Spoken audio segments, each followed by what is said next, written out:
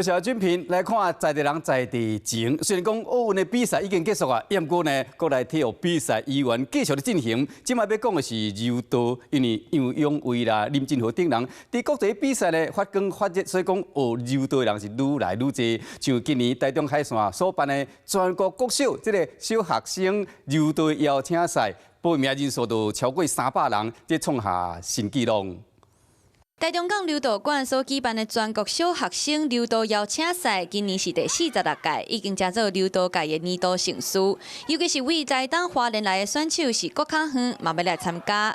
我从台东市资本国小来，蛮紧张的，想拿冠军，但是看起来今天的选手都蛮强。跟其他学校小朋友交流的机会，所以我们每一年都会来参加。为了推广柔道嘛，纪念创办人陈在克，这个比赛是完全免费，当年拢有各县市的选手来交流，而且受到最近柔道伫咧国际舞台上的好成绩，练柔道的人愈来愈多。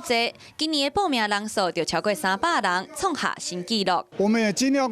教练在旁边尽量指导小朋友。甲国内正式的比赛相比，邀请赛会使互边的教练更较侪指导空间，帮助选手提升技术，嘛希望透过推广交流，培养更较侪优秀的选手。Hello， 我是林明瑞。想要抢先掌握最及时的新闻资讯吗？赶快订阅、按赞、开启小铃铛，锁定我们华视新闻的 YouTube 频道。